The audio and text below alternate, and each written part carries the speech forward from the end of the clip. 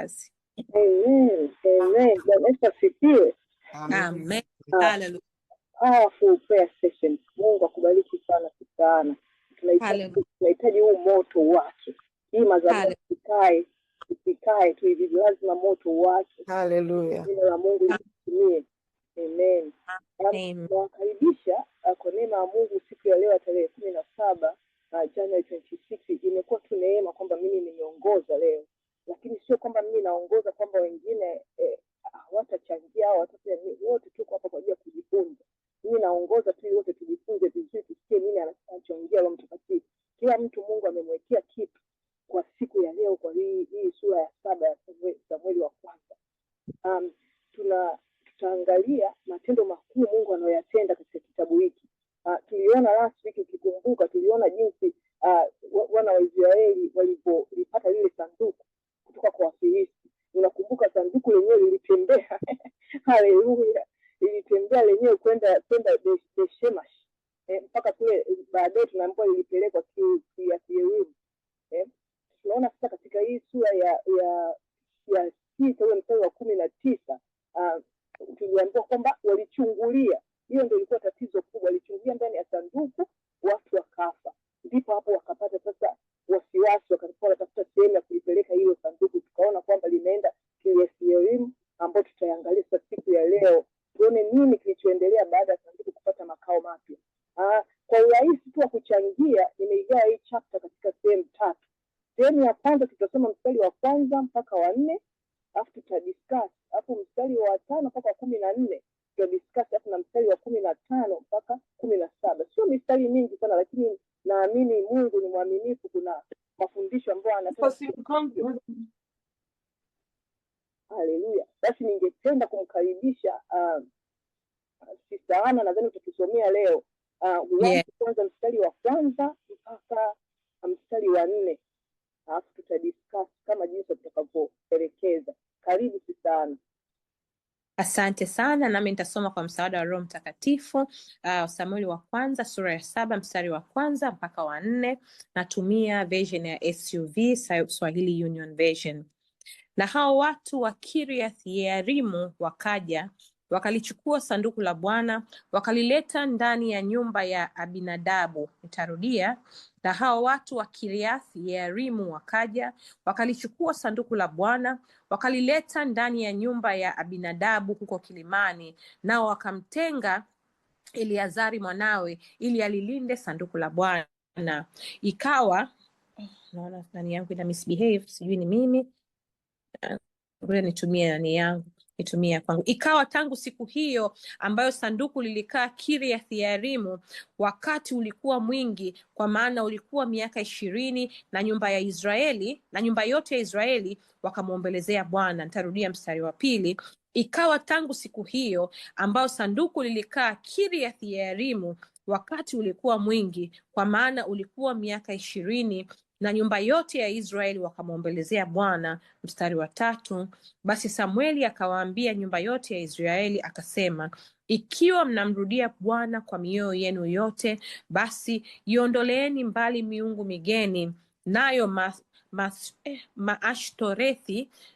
maashtorethi yatoke kwenu, mkamtengenezee Bwana mioyo yenu, mkamtumikie yeye peke yake, naye atawaokoa katika mikono ya Wafilisti. Mstari wa 4. Ndipo wana wa Israeli wakayaondoa Mabaali na maashtorethi, wakamtumikia Bwana peke yake.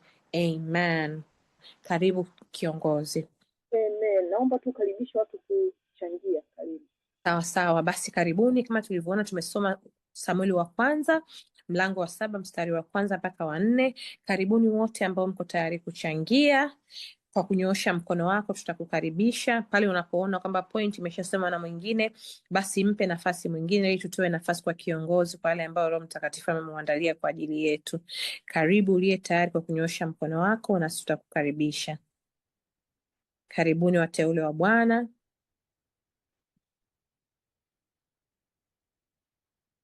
Karibu. Going once, sioni mkono. Going twice, sioni mkono. Going thrice. Samahani moderator, nilikuwa nahangaika kunyosha mkono, nashangaa sioni ya kunyoshea mkono kile kidude. Karibu Sister Pamela. Asante. nao imekuja. Nimeona basi Amen. baada ya Amen. kwako atakuja Sister Jane. Karibuni sana watumishi. Amen. Asante sana. Bwana Yesu asifiwe. Amen. Mi my take hapo mstari kwamba inaonyesha jinsi sanduku la agano ambalo lilikuwa ni alama ya uwepo wa Mungu. Kwa hapa tunaona wanalipokea kwa heshima na kitu ambacho anajifunza kwamba uwepo wa Mungu unahitaji mazingira ya utakatifu. Maanake wanamtenga huyu Eleazari ili alinde sanduku. Unaona kwa hiyo inaonyesha jinsi gani sasa wamekuwa serious, na inaonyesha wajibu wao jinsi ambavyo wanataka kulinda vitu vitakatifu. Lakini my take ni kwenye maisha yetu ya sisi, na sisi tunahitaji sana sana kuwa na heshima katika, unajua, uwepo wa Mungu, heshima kwa Mungu, pia kuwa na nidhamu. Yani sio yani tusifanye kwa ajili ya matukio, yani ni kitu cha kila siku. Yani imenifanya nitafakari sana mstari, kwa sababu ina maana hata sisi kwenye maisha yetu natakiwa pia tulinde, tuendelee kuwa na maisha matakatifu mbele ya Mungu kwa ajili pia ya uwepo wake. Amen. Amen. Sijui kama nime make sense, like amen. Amina, barikiwa mtumishi. Yes, you really made sense. Mungu akubariki. Karibu Sister Jane. Bwana Yesu asifiwe. Amen. Karibu mtumishi. Amen. Nasikika? Unasikika. Mani kidogo niko kwenye gari, kama nitakuwa sisikiki mtakuwa mnaniambia. Basi kwenye mimi katika mstari kwenye hili neno la kumtenga ili huyu Elizaeli abaki na ile sanduku la agano, ni maswali tu, labda wengine watakapokuja kuchangia watanisaidia na mimi kunijibu. Nilikuwa najiuliza kwamba wao ndio ulikuwa ni utaratibu wao katika desturi, umeona kwamba pamoja walikuwa wanajua sanduku la agano lilikuwa limechukuliwa, alafu kwamba ni muda ambao ukija katika mstari wa pili ambao unaona kwamba wakaendelea, walikuwa kama miaka 20 wakiwa wanaomboleza. Omboleza ni kama toba, si ndio? Kwa hiyo unaangalia miaka 20 alafu bado amelitenga ile sanduku na mtu peke yake. Sikujua maelekezo yao, mimi sijui, lakini nataka tuje kwenye neno hilo kama wakamtenga. Ili neno kumtenga tunaweza kaangalia tu kwa huyu Eliazari, lakini hata sisi wenyewe kwamba unaweza ukatengwa na Mungu, kwamba yani watu wakushangaa, watu wakawa hawako na wewe, Mungu ana shida na wewe. Unaweza ukajitenga wewe mwenyewe katika kutafuta uwepo wa Mungu, umeona? Kwa hiyo katika hii kutenga na hata hii tutaangalia Israeli, sijajua huko mbele tutaendaje, lakini unaweza kukuta kwamba yeye ndiye alikuwa katika uwepo wa Bwana. Kwa hiyo unaweza kukuta kama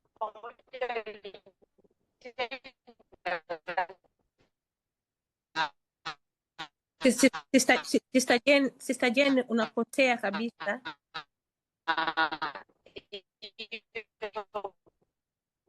Sister Jane namba 1.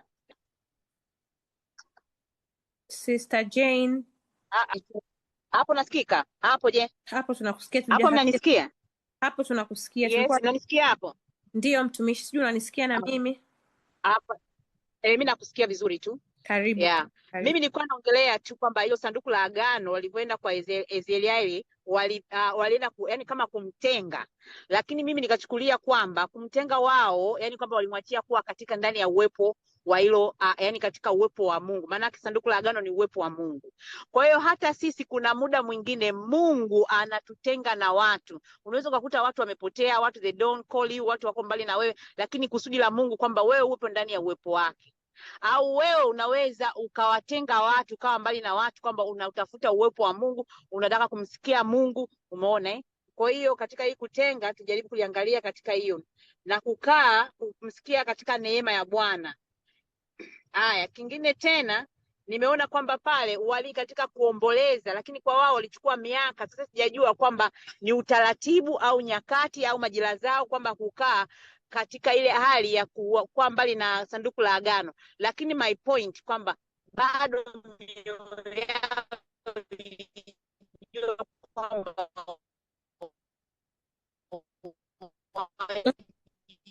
UTA ambao maombolezi na kwenye akili akawaambia kwamba wamrudie Bwana kwa mioyo yao wote. Hata sisi Mungu wenyewe anatutaka yani tumwabudu katika roho na kweli, kwa sababu kuna muda mwingine tunamwabudu hafu. Hao walikuwa na miungu, umeona. Kwa hiyo hapa alikuwa anataka yeye mioyo yao ndio imrudie Mungu na ile miungu yao waitoe. Kwa hiyo sasa mimi najirudia kwetu sisi, na sisi Mungu anataka tumwabudu katika moyo na kweli, kwa sababu kuna muda mwingine tunaweza tukamwabudu Mungu huku tunakimbizana na biashara inakuja namba 1, Mungu anakuja namba 2, au kuna vitu vingi vimetuzinga. Kwa hiyo tunashindwa kujiachia kama sisi katika, yani kujicommit kwa Mungu katika ile roho na kweli, katika kujidhabihu sisi wenyewe, umeona eh?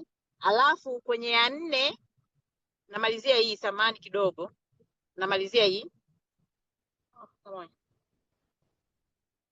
na wale baada ya kugundua wakatoa. Unajua, unapoenda katika toba, maana yake unatubu na kutoa vile vitu vyote, na hapa tunaona tunajifunza kwao, wao walitoa ile miungu yote na wakafanya nini? Wakamtumikia Bwana wao. Na sisi tujiangalie ni vitu gani vimetuzinga, hii ambayo tunashindwa kumwabudu Mungu katika roho na kweli, ili tunapoomboleza tujitoe, alafu tumrudie Bwana, nasi tutamwona Mungu. Amen. Asante Sister Jane, tumepata shida kidogo kukusikia. Nadhani ni hapo ulipo, lakini naomba nimkaribishe Dr. Belinda aendelee. Dr. Belinda, karibu. Bwana Yesu asifiwe. Nimeshusha mkono, pointi zangu Sister Jane ameshaziongea. Amen. Okay, asante sana. Mungu akubariki. Kuna mwingine yeyote ambaye angetaka kuongea kabla sijamkaribisha mwalimu? Kama una struggle kunyoosha mkono, unaweza uka-unmute tukusikie. Bwana Yesu asifiwe. Amen. Karibu Sister Lea. Ya mimi hapo kwenye kutenga naongea kipindi nikiwa kule nyumbani, huwa wasichana especially wasichana wakiwa wamekuwa wajawazito hawawezi tena kushiriki chakula. Mchungaji anasema hao wametengwa mpaka urudi kundini. Sasa hili somo I think linaendana na hapo, mpaka urudi kundini. Lakini kuna mmoja wao alisema, je, kwani msichana tu ndio anatengwa? Kwani kijana yeye hajatenda hiyo dhambi? Sasa hapo kwa kujiuliza, kwa kweli sijawa kuwa mbele nani, yani sijapata answer kwa hapo, lakini tunajiuliza kumbe kwenye kutengwa, ukirudi nyuma unatengwa. Sisi wa Lutheran unatengwa kabisa, huendi kanisani. Sio kama huendi kanisani, yani hushiriki chakula cha Bwana mpaka urudi kundini. Amen. Amen. Barikiwa sana Sister Lea. Sister Belinda, is that another a fresh hand? Another fresh hand. Bwana Yesu asifiwe. Amina. Ni kuongezea kitu kwa swali aliyokuwa anauliza Sister Lea, labda tu katika kitu ambacho mimi nimekielewa hapa kwenye kutenga ni ile kumseparate mtu for a special purpose. Ukumbuke Yes. wakati Mungu anawapa maelekezo ya jinsi ya kulitengeneza sanduku la agano na litakaa vipi, kulikuwa kuna special instructions. Lakini sasa hivi sanduku limerudi, lakini halijarudi kwenye yale mazingira ambayo Mungu alikuwa anataka liwepo. Walipotafuta wale wa mashehe wale na walichokuwa wamekiongea ili kutaka kuona kama litafika huko au la, hawakuwa wamelidirect liende Shiloh. Walikuwa wamesema waone kama litaenda kwenye huu mji na kwenye ule mji, na kweli Mungu alipeleka kwenye ule mji, and then baada ya wale kupigwa tukaona wakalipeleka kwenye huu mji mwingine. Kwa hiyo lilikuwa limetafutiwa sehemu, ni nyumbani kwa mtu, sio kwenye hekalu ambako lilikuwa linatakiwa likae. So they consecrated, sijui niseme, huyu Eleazari, kwamba sasa huyu ndo atakuwa mtu ambaye analitunza lile sanduku, kama ambavyo tuliona kule mwanzoni, mtu ambaye alikuwa anachaguliwa kuhani ndo alikuwa yuko responsible, kwa sababu ilikuwa linakaa patakatifu pa patakatifu. Not everybody was allowed to go. Sio kila mtu alikuwa anaruhusiwa kuingia kule patakatifu pa patakatifu. Kuhani ambaye alikuwa anaingia ni kule ndani kabisa, nayo ilikuwa just once per year. Kwa hiyo sasa, kwa sababu lilikuwa limekaa sehemu ambayo sio, ukumbuke kuna watu wametoka kufa 70 of them kwa sababu waliattempt kuchungulia. Kwa hiyo sasa waliweka mtu kuwa like responsible kwa kuliangalia sanduku tu na huyu mtu alikuwa ametengwa kwa maana ya kwamba hafanyi shughuli nyingine, ina maana anatengwa na mambo ambayo yatamuingiza kwenye dhambi as well, ili wakati anatekea ya sanduku asije akalinajisi sanduku akaleta the wrath of God upon the people. Kwa hiyo lilikuwa linatengwa, aliwekwa specifically, yani kama ni mtu wewe kazi yako ni hiyo hapo, basi tutakuletea chakula, tutakufanyia kila kitu, lakini kazi yako ni kulitunza sanduku la Mungu ili hasira ya Mungu isiwashukie tena. Pointi nyingine ambayo nilikuwa nataka kuisema ni kwamba tuliona jinsi ambavyo wana wa Israeli walifurahia wakati Wafilisti wamelirudisha sanduku, lakini for 20 years baada ya kuwa sanduku limerudi bado watu wanaishi na miungu mingine. Yani kama wamelichukulia poa, wamefurahi after some time kwamba limerudi, yes God is with us now, lakini and then baada ya hapo life as usual. Nikawa na jaribu tu kuimagine ni kwamba ni kama vile ambavyo tunaishi, amezungumzia kidogo sister I think Jane, lakini ndio hivyo ambavyo sometimes tuko na Mungu lakini bado unataka ufanye mambo mengine, ukisikia huku kuna mtaalamu anatoa kitu fulani then you go. Kwa hiyo unakuwa na hivi vitu vingine within imani yako kwa Mungu ambayo mara nyingi unakuta binadamu tunafanya bila kufikiria ni kitu gani ambacho kinaweza kikatokea. Tunamchanganya Mungu na vitu vingine tu. Ni kwamba tu sasa hivi Mungu atupigi konzi pale tunapofanya tukafa. Kwa hiyo people continue to do this kwa sababu hakuna ile immediate effect ambayo inaonekana. Amina. Asante sana, asante sana. Going to the chat room, naona kuna comments mbili. From Sister Pama anasema nadhani kutengwa kwa huyu mtu, anaongelea Eliazari mwanawe Abinadamu, ni kuwekwa wafu, kutengwa kwa kazi ya Mungu. Na pia Sister Razia from the chat room anasema aliwekwa kama custodian. Basi kabla sijamkaribisha mwalimu aweze kuendelea, because I'm not seeing another hand, Sister Lea naomba tu sijui niseme nichangie na mimi juu ya ile point uliyosema.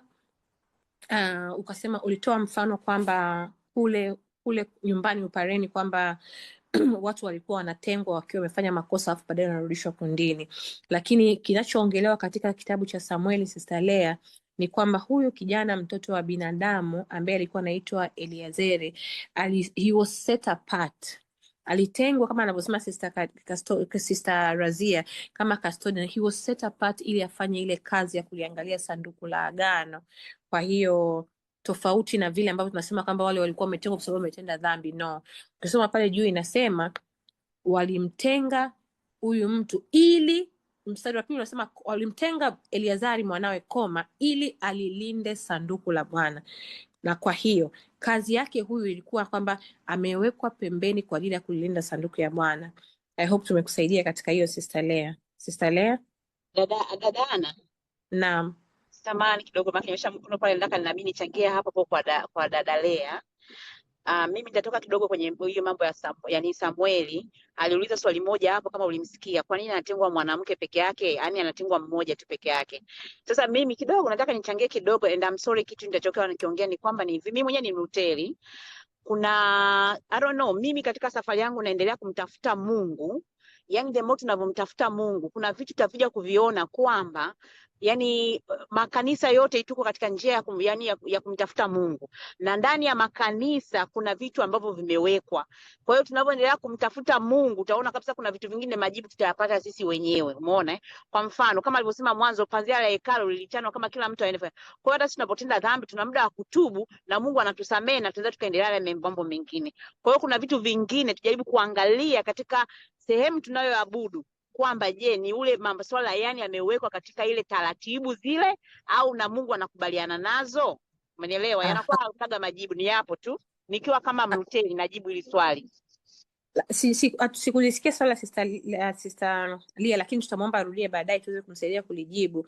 Lakini this is in specific, yani tu verse ya kwanza ambayo tunajibu kwamba Eliazari mwanawe Abinadamu alitengwa ili alilinde sanduku la Bwana, sio kwamba alitengwa kwa sababu ya dhambi ili arudi kundini baadaye. It was in relation to that, kwamba tunajaribu kuiweka sawa kwa sababu tuko kwenye rekodi na kuna watu baadaye watakuja kusikiliza ili iwe sawa. Alafu kama atakuwa ile swali tutaomba alirudie baadaye ili tuweze kusaidiana kujibu kutokana na hekima ambayo Roho Mtakatifu anatupa wote. Asanteni, Mungu awabariki. Naomba nimkaribishe mwalimu. Karibu Sister Kanani. Amen. Asante kwa michango yenu mizuri. Nashukuru kweli, lazima tufocus kwenye hii topic ambayo inahusiana na huyu mtu alitengwa kwa ajili ya kazi ya Bwana. Mstari wa kwanza na wa pili, tunaona sanduku linarejeshwa kutoka Israeli na inafika kule Yerusalemu, na muda wake tunaambiwa ulikaa muda wa miaka 20.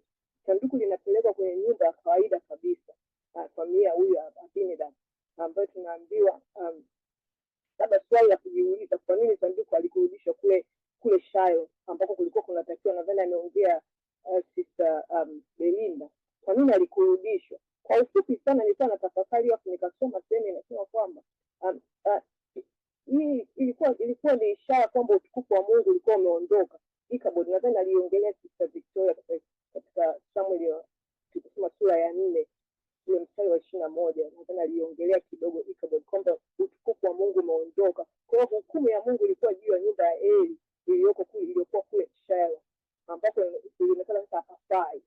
Hiyo ni according to one view. Wengine wanasema pia huenda ile hema ilikuwa limebomolewa na Wafilisti. Ukiangalia kwenye Yeremia 7 mstari wa 12 mpaka 14 unaongelea kuhusiana na, anasema hivi, inaongelea kuhusiana kubomolewa kwa ile Shiloh. Mungu akawaambia watu wa Yuda waangalie aliyotokea Shiloh kama onyo. Ukienda kwenye hiyo, naomba ukasome ukipata muda, Yeremia 7 mstari wa 12 mpaka 14. Zaburi ya 70 mstari wa 6 inataja kwamba Mungu aliacha maskani yake kule Shiloh kwa sababu ya uasi wa watu wake. Kwa hiyo tunaona kwamba Mungu hakuonekana hakutaka hiyo iendelee hayo makao. Pia tunaona sasa huyo Elieza, kama mlivyoongea wengi, anakuwa anawekwa wakfu.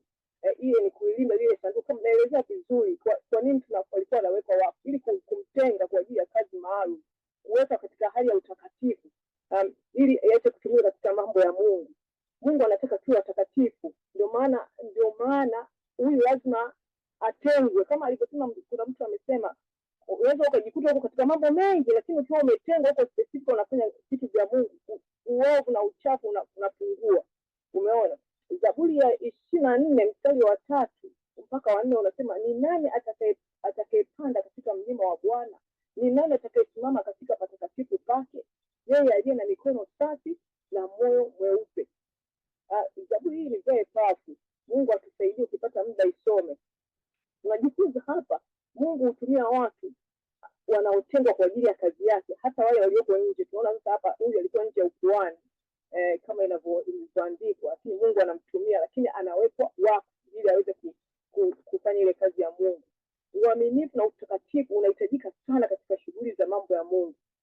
Uwezi tu kwenda kiolewela kama alivyosema Sister Pamela. Tunasikia vitu kiolewela, unasoma neno la Mungu bila hata kutubu, wala unakimbia tu. Ndio maana sasa unajikuta labda hata uelewi kinachoelezewa. Tunataka tu watakatifu. Mungu anasema yeye, be holy because I'm holy. Anataka tu watakatifu. Mstari wa 2 tunaambiwa kilio cha wana wa Israeli. Ingawa alama ya uwepo wa Mungu ilikuwepo, lakini kwa miaka 20 tunaambiwa walikuwa wanaomboleza. Kwa nini? Swali si tena kwamba sanduku halipo, bali watu wako wapi? Kama ile swali la ile bustani ilikuwa inajifikiria, Mungu anamuuliza Adamu, uko wapi? Ni hawa nao wako wapi?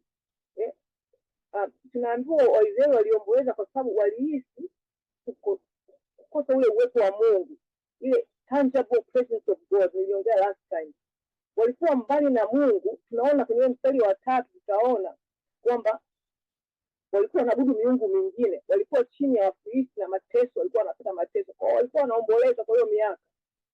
Walikuwa wakitubu kutafuta urejesho wa kiroho.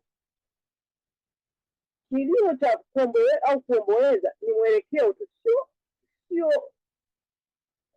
ile kutubu kikamilifu, sio kurudi kikamilifu. Kilio unaweza ukalia, mtu wengi tunalia, lakini tunaambiwa ni mwelekeo tu wa kuelekea katika toba ya kweli.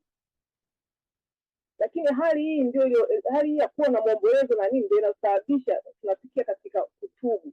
Unaona, hii ndio iliweka mazingira ambayo sasa Samueli anaweza kuwaongoza kutubu. Tunajifunza uhamisho wa kweli. Uhamisho wa kweli huanza katika maumivu ya pamoja kwa mambo ambayo tunaona kwamba hayaendi sawa na mapenzi ya Mungu. Tunaona pia hayaendi sawa na mapenzi, kwa tunalia mbele za Bwana. Kulia ndio tunaanza sasa, ni stage ya kwanza ya kutaka kutubu kweli. Nikienda katika mstari wa 3, Waisraeli wanatakiwa kufanya nini ili kile kilio kiwe toba na yale majuto yawe utii. Samueli anarudi sasa. Tunamwona Samueli anaingia katika picha sasa.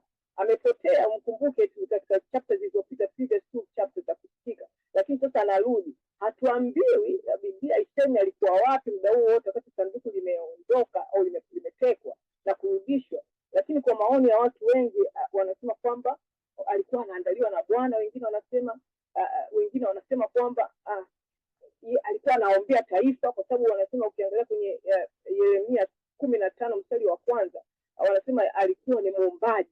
Mungu anasema, anakiri kwamba hata angesimama Musa na Samueli kuomba kwenye huo mstari, inaashiria kabisa kwamba huyu mtu alikuwa ni muombaji na Mungu alimjua ni muombaji. Kwa watu wengine walikuwa wanasema kwamba alikuwa anaomba, lakini cha msingi sana kwenye mstari wa 3 ni kile anachokisema Samueli. Anasema kwa uwazi, kilio pekee hakitoshi.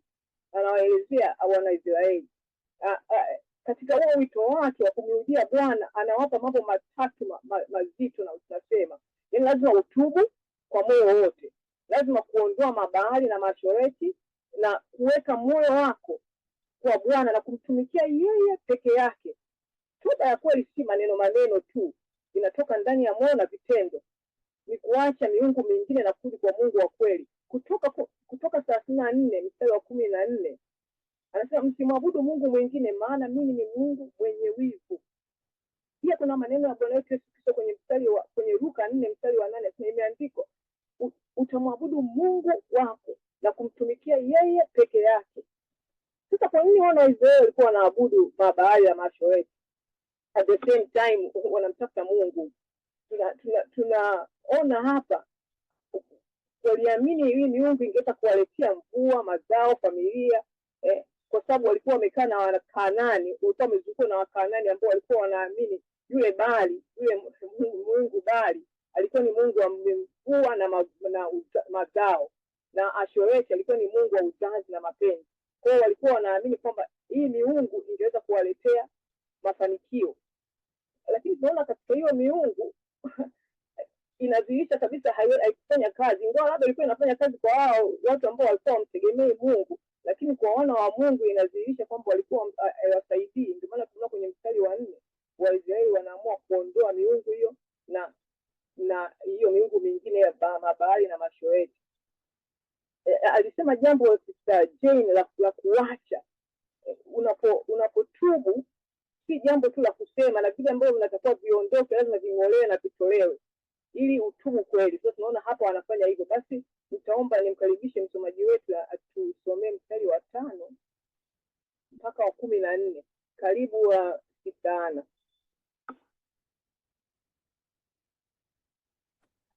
Amen. Unaniwekea hapo au Nimekuwekea wa 5 mpaka wa 14? Yes. Okay, sana nami nitasoma kwa msaada wa Roho Mtakatifu. Samueli akasema, wakusanyeni Israeli wote Mispa, nami nitawaombea ninyi kwa Bwana. Wakakusanyika huko Mispa, wakateka maji na kuyamimina mbele za Bwana. Wakafunga siku ile, wakasema huko, tumemfanyia Bwana dhambi. Samueli akawaamua wana wa Israeli huko Mispa. Mstari wa 7, hata Wafilisti waliposikia ya kuwa wana wa Israeli wamekusanyika huko Mispa, mashehe wa Wafilisti walipanda juu ili kupigana na Israeli. Nao wana wa Israeli waliposikia wakawaogopa Wafilisti. Wana wa Israeli wakamwambia Samueli, usiache kumlilia Bwana Mungu kwa ajili yetu, kwamba atuokoe na mikono ya Wafilisti. Ndipo Samueli akatwaa mwana-kondoo mchanga, akamtolea Bwana sadaka ya kuteketezwa mzima. Samueli akamlilia Bwana kwa ajili ya Israeli, Bwana akamuitikia. Mstari wa 10, hata Samueli alipokuwa akiitoa hiyo sadaka ya kuteketezwa, Wafilisti wakakaribia ili kupigana na Israeli. Walakini Bwana akapiga ngurumo, mshindo mkubwa sana juu ya Filisti siku ile, akawafadhaisha, nao wakaangamizwa mbele ya Israeli. Mstari wa 11, nao watu wa Israeli wakatoka Mispa wakawafuatia Wafilisti wakawapiga hata walipofika chini ya Bethkari. Ndipo Samueli akatoa jiwe na kulisimamisha kati ya Mispa na Sheni, akaliita jina lake Eben-Ezeri, akisema, hata sasa Bwana ametusaidia. Mstari wa 13, hivyo Wafilisti walishindwa wasiingie tena ndani ya mipaka ya Israeli, na mkono wa Bwana ulikuwa juu ya Wafilisti siku zote za Samueli. Mstari wa 14, nayo miji ile Wafilisti waliokuwa wamepokonywa Waisraeli ilirudishwa tena kwa Israeli tokea Ekroni mpaka Gathi, na Waisraeli wakauokoa mpaka wake mikononi mwa Wafilisti. Tena kulikuwa na amani kati ya Israeli na Waamori. Naye Samueli huyo akawaamua Israeli siku zote za maisha yake. Amen. Amen. Karibuni sana watumishi, karibuni kwa ajili ya kuchangia. Kwa aliye tayari, tumesoma mstari wa 5 mpaka mstari wa 14. Karibuni sana watumishi. Kwa yule ambaye yuko tayari kwa kunyosha mkono wake, tutamkaribisha.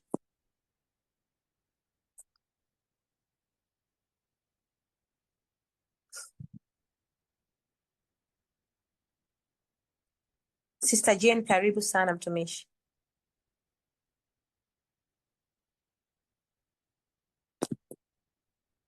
Sister Jane, nadhani unaongea on mute. Karibu. Bwana Yesu asifiwe. Amen. Karibu mtumishi. Amen.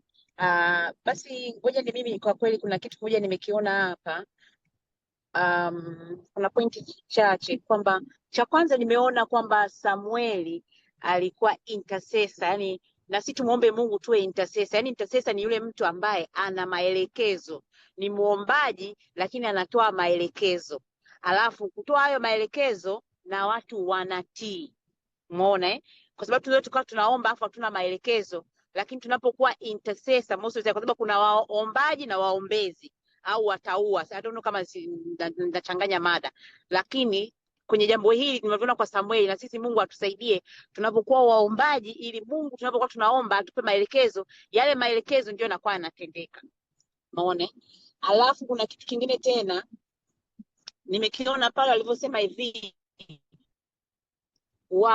wakaogopa.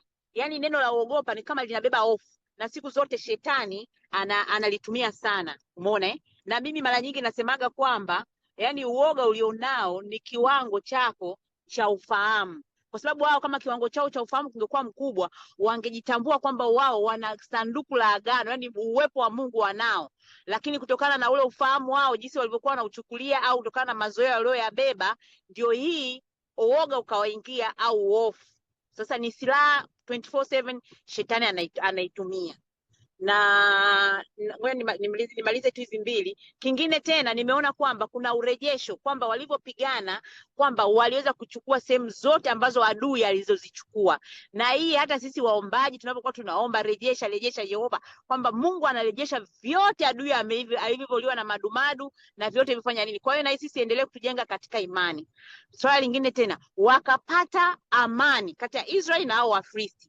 Yani amani ni jambo kubwa sana, kwa sababu unapokosa amani ndani ya moyo wako, kwa sababu ibada inafanyika ndani ya moyo, Amona, utajiri unabaki ndani ya moyo, kila kitu. Kwa hiyo amani inapokosekana, vitu vingi haviendi.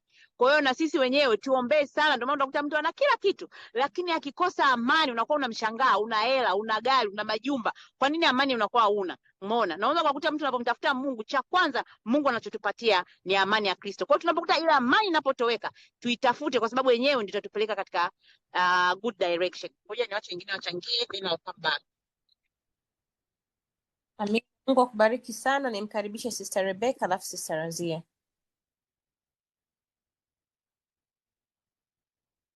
Sorry, Bwana Yesu asifiwe wapendwa. Bwana Yesu asifiwe. Sijui mnanisikia? Amen, amen. Amen, amen. Amen. Amen. Mimi vitu ambavyo nimeviona, kitu cha kwanza ni kuhusu hapa mwisho hapa ambapo Samueli alichukua jiwe akaliweka katikati ya Mizpa na Shen akapaita hapo mahali Ebeneza, akisema kwamba Bwana ametusaidia. Kwenye Kiingereza inasema the Lord helped us.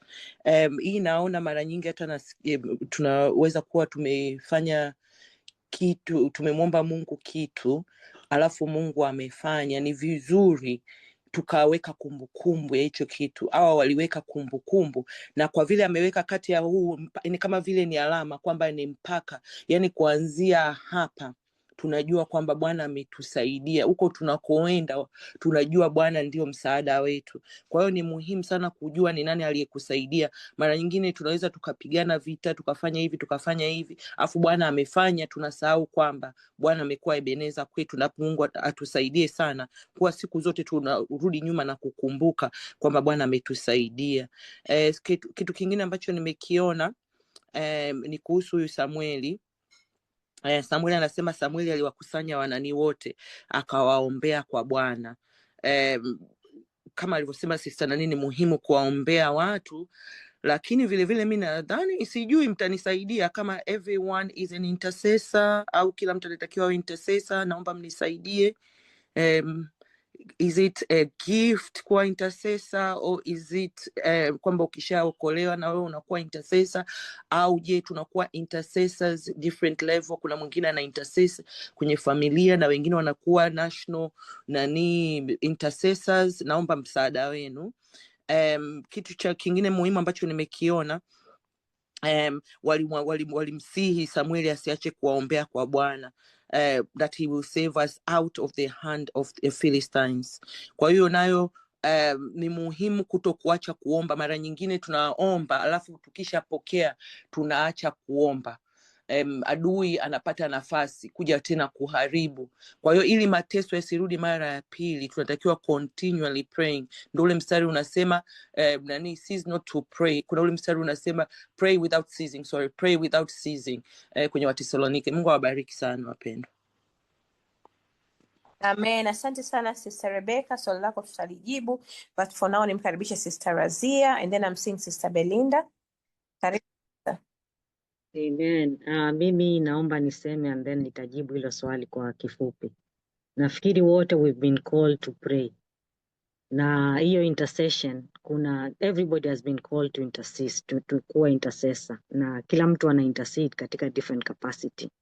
Kuna hao katika family level, kwa sababu sisi wote tumeitwa kuombea familia zetu, kuombea dunia, kwa sababu hata sisi tuliokoka because people prayed for us.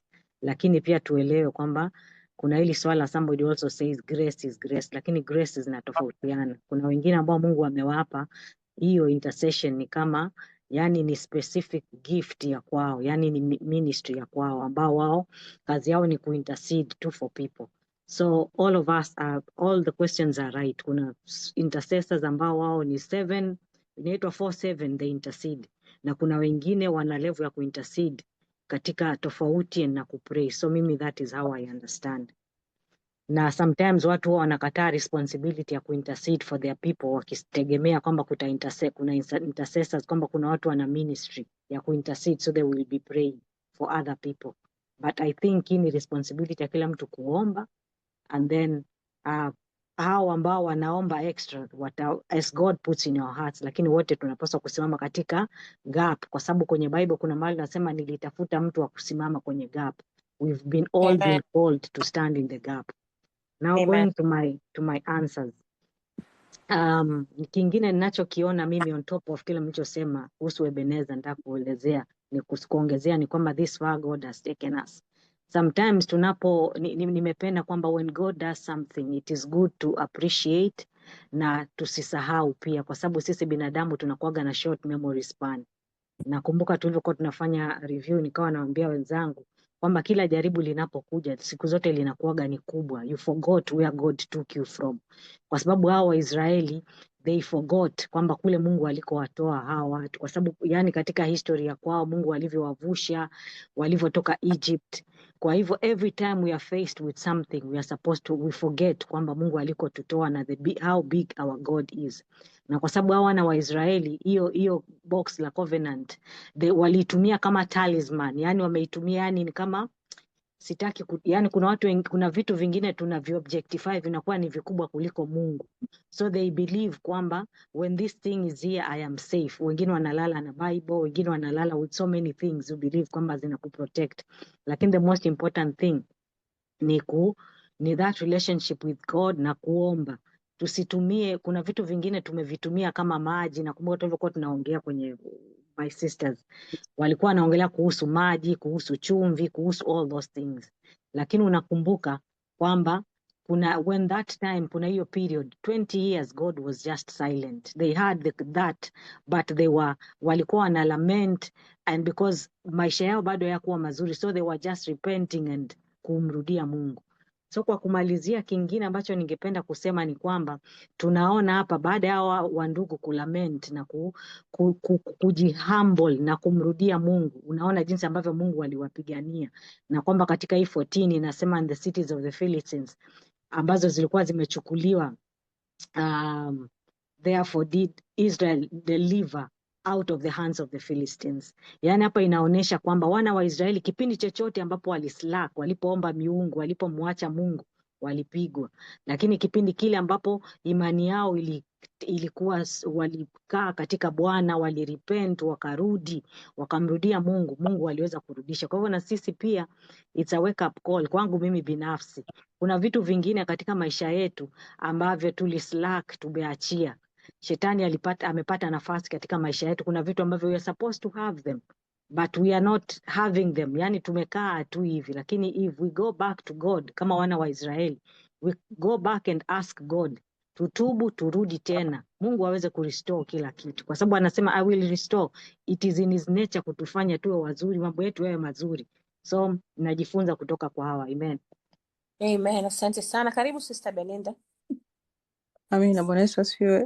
Ameizungumzia kidogo hapo Sister Radhia. Nitaka tu kusema kwamba tunachokiona na kilinganisha na kazi ya msalaba wa Kristo, walivyo repent wakarudi na kumtumikia Mungu peke yake. Tunaona hapo wameenda kumtolea sadaka, lakini mwisho wa siku Kristo alitolewa sadaka msalabani kwa ajili yetu, and then all these things are restored kwa sababu ya kazi ya Yesu ambayo Kristo ameshaifanya msalabani, even for us tunavyozungumza sasa hivi.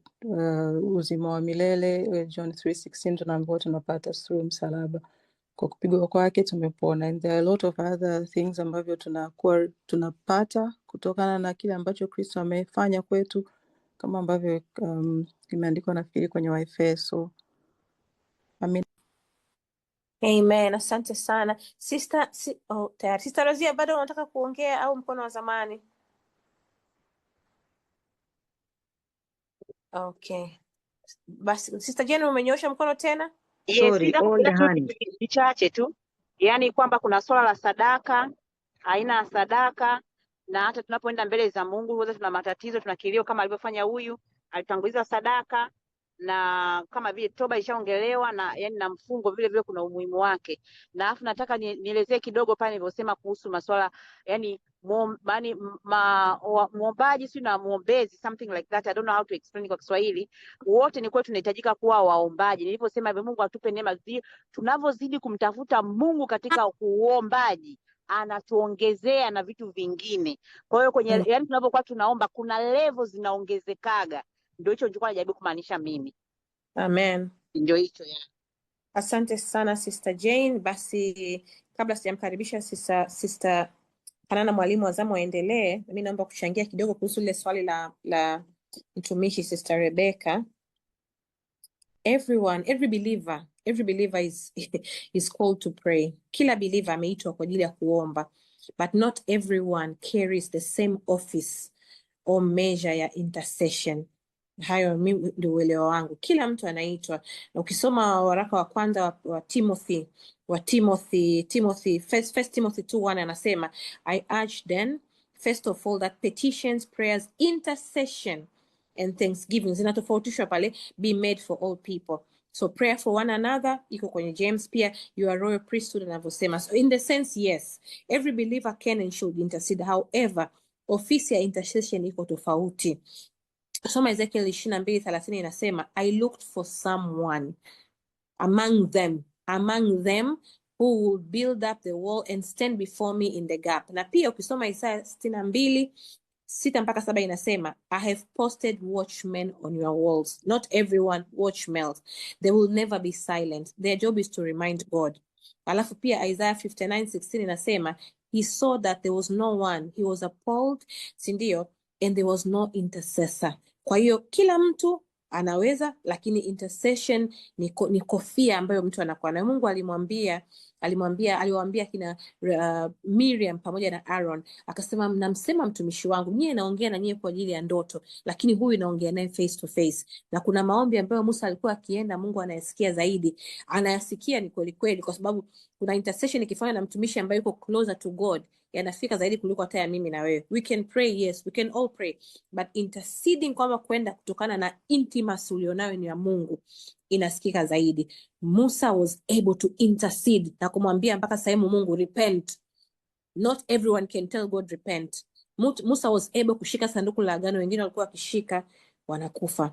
Jesus is the chief intercessor. Unaona tofauti yake? All human intercession inatokea kwake yeye. He always lives to make intercession for us. Ebrania 7:25. Si ndio? Alafu pia Roho Mtakatifu ndio the chief kabisa mwingine. Anasema the Spirit himself intercedes for us kwenye Roma 8:26. So kuna some believers wako graced to partner more closely with this ministry of Christ.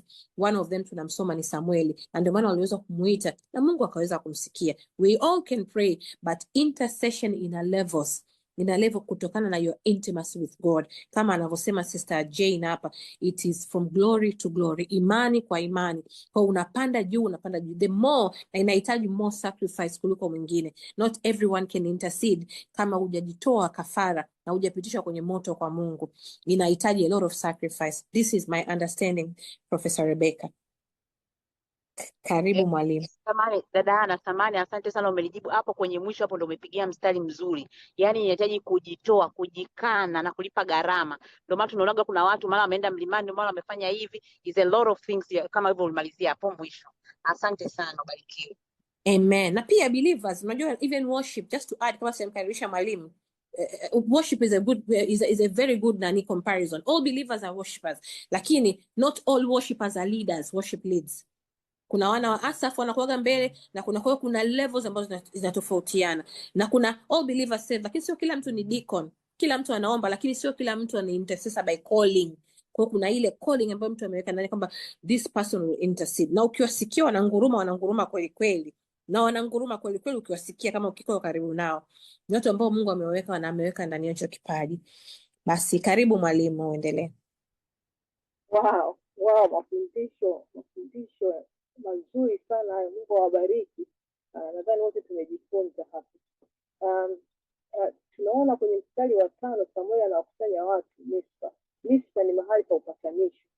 Mispa ilikuwa ni mahali pa maagano na matayarisho ya vita. Pia unaweza kusoma kwenye Waamuzi 20:1-3 inaelezea hapo.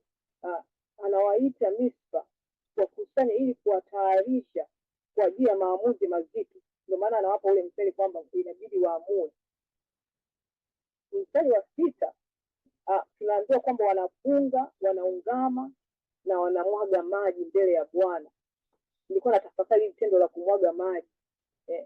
Linaelezewa kwamba ni ishara ya machozi au kusarenda au kujikana na kuacha uovu. Kufunga unajua wote na kuungama ni ishara ya unyenyekevu, kwamba tunaacha dhambi zetu, unyenyekevu wa kweli.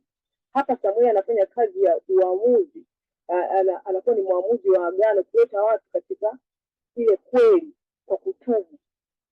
Hata sisi tunahitaji kuungama dhambi zetu.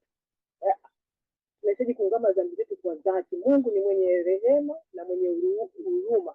Tunaona hiyo kwenye Zaburi ya 103 mstari wa 8-18.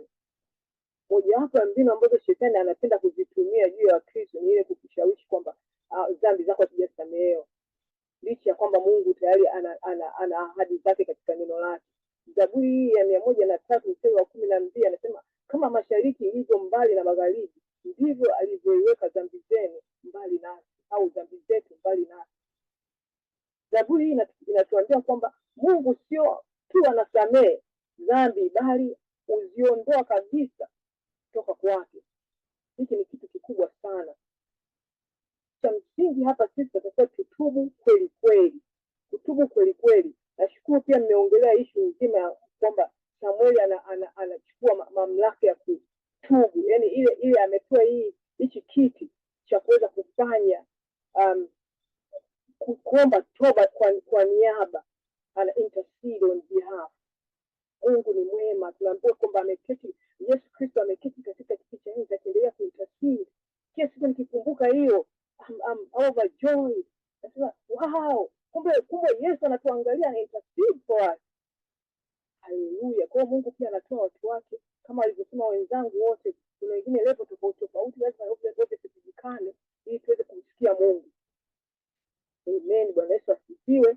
Mstari wa 7 tunaona Wafilisti wanaposikia Israeli wanakusanyika, wanapata kama kauoga hivi. Wao Wafilisti walikuwa wanataka kuwashambulia. Israeli wanapata hata kauoga au hofu, lakini hofu hii sasa ni tofauti kidogo. Naweza nikasema ninaongea kidogo tofauti na wengine, kwa sababu hofu hii inaonekana sasa hivi badala ya kukimbilia lile sanduku kama tulivyoona hapo awali, sasa hivi wanafanya nini? Wanakimbilia maombi. Wanataka kuleta haja zao kwa Mungu ili awaokoe katika mikono ya Wafilisti. Wafilipi 4 mstari wa 6 wanasema, msijisumbue kwa neno lolote, bali katika kila neno, katika kusali na kuomba pamoja na kushukuru. Wow, tuliongelea kushukuru kama dhabihu katika maombi leo. Anasema haja zenu na zijulikane na Mungu. Jambo jingine la kujifunza hapa, adui halali anaona mabadiliko, ndio maana lazima uendelee katika kuomba. Anaona mabadiliko, anaanza kuleta vita. Sasa jinsi gani utasimama au utakumbuka nini Mungu alikutendea, ndivyo utakavyoweza kushinda. Anasema kwenye Petro wa kwanza mstari wa 5, sura ya 5 mstari wa 8 mpaka 11, anasema muwe waangalifu, shetani ni adui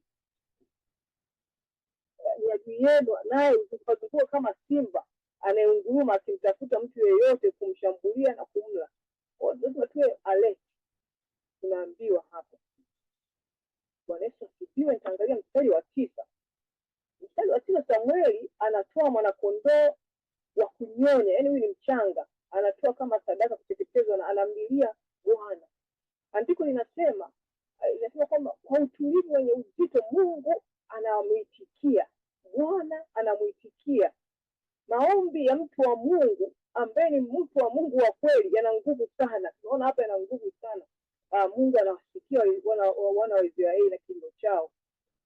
Tunaona Samueli anatumia mwanakondoo kama sadaka. Mwanakondoo huyu mchanga, kwa kawaida tunaambiwa kwamba mwanakondoo mchanga ni mnyama msafi asiye na doa. Katika Agano la Kale tuliona mnyama asiye na kasoro alitolewa kama sadaka kwa Mungu, akiashiria ule mwanakondoo kama kuna utakatifu, kuna unyenyekevu, hana hatia, ndio maana alikuwa anatumika.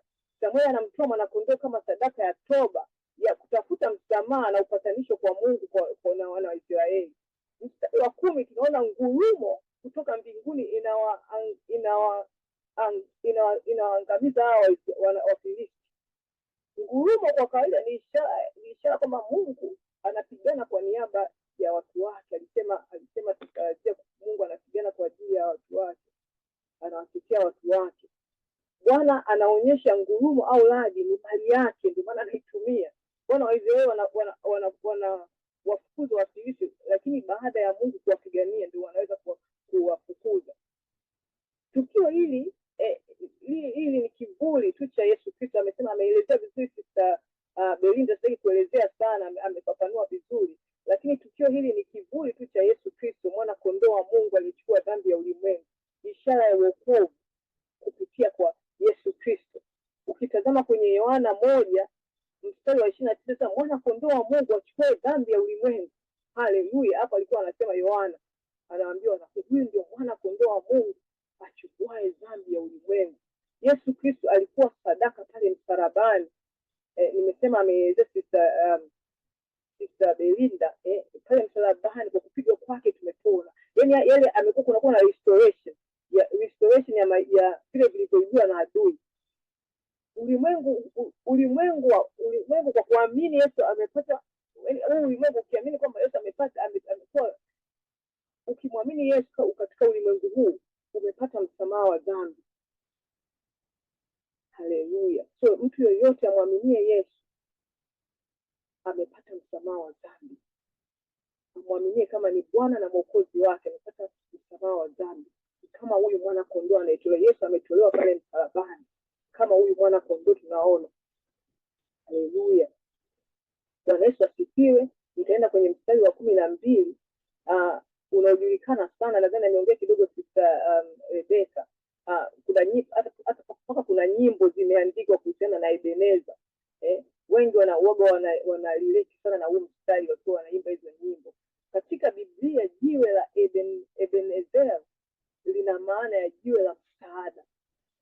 Hili linatokana na maneno mawili ya Kiebrania, Eben jiwe, Ezel msaada. Hapa jiwe la Ebenezer linaunda kumbukumbu mpya. Ukikumbuka hapo awali kwenye sura ya 4 tunaambiwa kwamba Wakristo walishindwa kule Ebenezer, hawakupata msaada, lakini msaada wao walikuwa wanalazimisha kwa kutumia sanduku. Naweza nikatumia hilo neno, walikuwa pale Ebenezer kwenye sura ya 4 walikuwa wanalazimisha kutumia ile sanduku kama lucky charm, au kama wengine wanaposema wanatumia vitu ili kupata msaada. Sasa katika sura ya 7 historia ya ushindi inayoandikwa ni kwamba kuna neema ya toba. Sasa historia inaandikwa upya katika hii Ebenezer kwamba wameshinda. Bwana amekuwa ndio msaada wao. Kama alama historia inakuwa inaandikwa upya. Hii jambo ambalo zamani lilikuwa baya sasa linaandikwa kwa upya kwamba hii sehemu nao nzuri. Hii sehemu ilikuwa mbaya sasa imekuwa nzuri kwa jina la Yesu. Mstari wa 12 sasa tunaona Mungu ametusaidia. Ndio huo mstari ambao unasema ni shukrani kwa Mungu kutambua kwamba yeye ndiye msaada. Pia tunakiri kwamba pia mstari ukiangalia pale anasema kwamba hata sasa Mungu ametusaidia. Unaweza ukakiri kwamba safari bado inaendelea. Yaani hata sasa tunamshukuru Mungu, lakini hata sasa Mungu ametusaidia. Ndio kama alivyosema Sister Rebecca kwamba unashukuru ili unajua kwamba mbeleni utarudi utasema kwamba nini? Bwana alitenda hivi. Kwa hiyo mbeleni utaendelea kumshukuru Mungu kwa yale aliyotendeka. Kwa hiyo ile kumbukumbu bado ipo, nasema hata sasa Mungu hata sasa hivi, lakini tunaendelea kumshukuru Mungu. Tunakiri. Haleluya. Nikienda kwenye mstari wa 13 tunaona Bwana Yesu anasema mkono wake uko juu ya Wafilisti. Mkono wa Bwana juu ya Wafilisti. Wafilisti walishindwa vita na hawakurudi tena kwa muda mrefu. Tunaambiwa kwenye mstari wa 13. Mstari wa 14 Israeli wanarejeshewa miji yao, na tena urejesho wote wengi wameongelea hapa, na panakuwa na amani na utulivu. Tunaona katika ramani hii, I'm sorry it's too tiny, lakini katika ramani hii unaona kuna miji ambayo ilikuwa imechukuliwa katika makabila yale 12 ya Israeli. Sehemu ambazo nilikuwa na spot, sehemu ambazo maeneo ilikuwa ni maeneo ya Yuda na Dani. Tunaona ile maeneo hapo, eneo hapa kuna Ekron. Kuna eneo hii yote hii ile nadhani ilichukuliwa na Wafilisti. Hii ile ya pembeni wakachukua maeneo hayo. Kwa hiyo Dani na Yuda, maeneo hayo kuna baadhi ya sehemu zilichukuliwa na Wafilisti, lakini Mungu anavirudisha. Mungu anarejesha vilivyoibiwa na yule wadumadi. Mungu apewe sifa na utukufu. Sio kwamba baada ya sisi kushinda hiyo vita ilikuwa ndio mwisho wa migogoro. Haikuwa mwisho wa migogoro, tunaambiwa. Ilikuwa ni kwa kipindi tu hicho. Israeli walishinda kwa wakati huu, lakini tunaambiwa baadaye, ukisoma kwenye Waamuzi, historia inajirudia, unaambiwa kwamba Israeli walikuwa wanatenda dhambi, and then Mungu anamleta jaji kama kina Debora, kama kina Gideoni, and then wanaomba Mungu anawasamehe, afu wanarudi tena kule kule. Ilikuwa ni kama step ya kutubu na kumrudia Bwana Mungu, anasamehe na hapa na amani kwa kipindi mpaka sasa. Mnaona hata Israeli jinsi ilivyo, yani sababu kubwa mambo ya kujirudia ni dhambi. Wengi wameongea jambo hili kwamba watakuwa tutubu kila wakati. Tukiwa na dhambi Mungu anasogea, lakini tunatakiwa tutubu ili Mungu awe karibu na sisi. Basi nitamwomba Sister Anna tusomee sehemu ya 3 mstari wa 15 mpaka 17 ili tuweze kumalizia.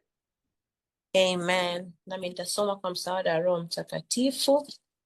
Mstari wa 15 unasema, naye huyo Samueli akawaamua Israeli siku zote za maisha yake, naye huenda mwaka kwa mwaka kuzunguka mpaka Betheli na Gilgali na Mispa, akawaamua Israeli mahali hapo pote, na kurudi kwake kulikuwa mpaka Rama, maana ndipo ilipokuwa nyumba yake, nako ndiko alikowaamua Israeli, na huko akamjengea Bwana madhabahu. Amen. Karibuni sana tuweze kumalizia watumishi. Nikiona muda wetu umetukimbia kabisa, tumeshazidisha dakika 2. Labda kabla sijakaribisha mtu nikuulize, unahitaji dakika ngapi mtumishi? Mimi dakika 1 tu yani tutamaliza. Sawa. Labda nione kama kuna mtu yote ana cha kusema briefly kwa mistari hii 3. Sister Jane, karibu briefly. Nimeona mkono wako au umeurudisha? Amen. Sorry. Mimi nataka kuongelea tu kwamba nilichokiona hapo yani katika mstari wa 16 na 17 ni huduma ya Samueli. Umeona, alikuwa ni kiongozi kwa wana wa Israeli kiroho na kimwili. Umeona, mwamuzi. Umeona? Alikuwa mwamuzi na kuwatunza kiroho wana Israeli. Kwa hiyo labda ni tu kwa clarify kwamba sisi yani pamoja, hiyo ilikuwa ni huduma yake Samueli. Na mimi naamini katika sisi hapa, japokuwa tumekutanika katika hii Bible study, kila mtu ana huduma yake. Muombe Mungu atusaidie tukaweze kutenda sawa sawa na kile Mungu alichokipanda, huduma aliyoiweka ndani yetu. Kuna waombaji hapa, kuna wahubiri hapa, kuna watia moyo, kuna I don't know, yani there's so many things here. Mimi naomba niachie hapo na mbarikiwe na Bwana. Amen. Asante sana. Hakika kila mtu amepewa talanta yake. Siku atakayofika mfalme asije akakuta tumeifukia chini ya shimo, maana atatufukuza. Basi sioni mkono mwingine, nikukaribisha mwalimu uendelee. Amen. Bwana Yesu asifiwe. Sura hii ya 7 inamalizika kwa kuonyesha muundo wa maisha ya Samueli. Anahudumia Israeli siku zote za maisha yake. Tunaambiwa anazunguka Betheli, Gilgal na Mispa, kisha anarudi Rama. Samueli anatembea miongoni mwa watu. Hapa tunajifunza nini? Tunajifunza kwamba kuongoza watu sio kukaa mbali nao. Ndio maana anazunguka kuangalia wale watu, na ndio maana alikuwa kiongozi mzuri. Mstari wa 17 anasema nyumbani mwake alimjengea Bwana madhabahu. Hapa tunaonyeshwa nini? Umuhimu wa kuwa na ibada. Alikuwa na ibada. Kwa hiyo ibada na uongozi zote vinategemeana, lazima viwepo vyote. Huwezi kuwa mtu wa kuombea watu alafu wewe una ibada. Ibada ni muhimu. Amen. Nimefikia mwisho wa kipindi. Ningependa tu, kabla sijarudisha kipindi kwa moderator, ningependa kuwakaribisha wote kusubscribe kwenye YouTube yetu, comment, kushare hizi video. Please share kwa wengine. Haya mafundisho yanaweza kuwasaidia watu wengine. Ndugu zangu, tunajifunza mambo mengi kutoka kwenye Biblia, na Biblia inaandika historia ya watu tunawasoma, na hawa watu wameishi na jiografia na mahali kama tunavyoonyesha kwenye hizo nia. Mimi sio convinced, lakini neno la Mungu lenyewe limejitosheleza kuonyesha kwamba hawa watu na hivi vitu vilikuwepo, na Yesu kama alivyosema kwamba anakuja, anakaribia kuja. Ni kweli anakaribia kuja kama ilivyoandikwa kwenye Biblia. Atakaporudi atakuja kuwachukua wale waliompokea. Sasa kama unasikia unakuwa tayari kumpokea Bwana Yesu, basi tunakukaribisha. Tafadhali wasiliana na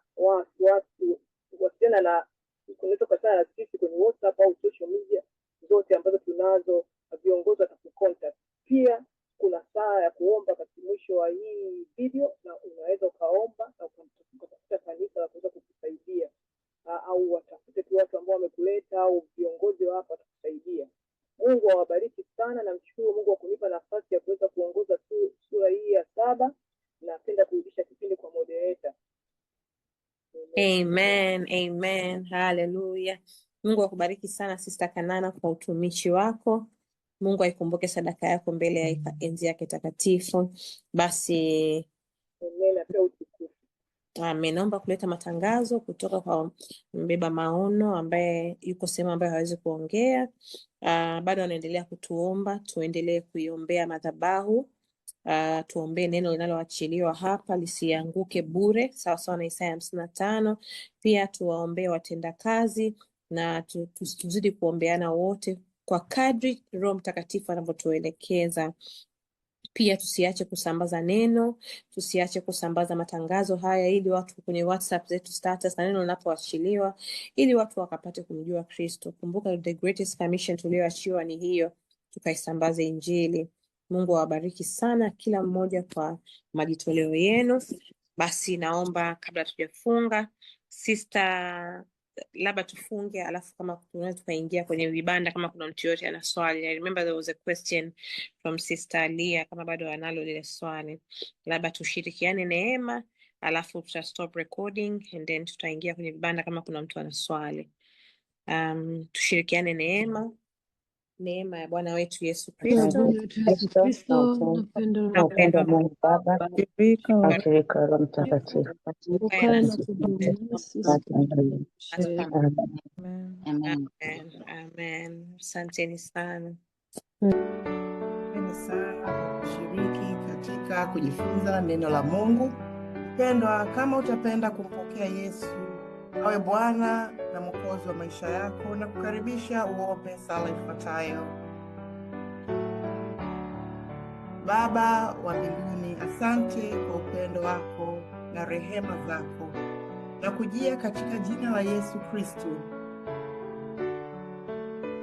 Nakiri kuwa mimi ni mwenye dhambi na naomba msamaha wako. Ninaamini kuwa Yesu Kristo alikufa kwa ajili ya dhambi zangu na akafufuka ili nipate uzima wa milele. Namkubali Yesu Kristo kuwa Bwana na Mwokozi wa maisha yangu. Ingia moyoni mwangu na unifanye upya. Nisaidie kufuate siku zote za maisha yangu. Asante kwa kunipa wokovu kwa neema. Amina.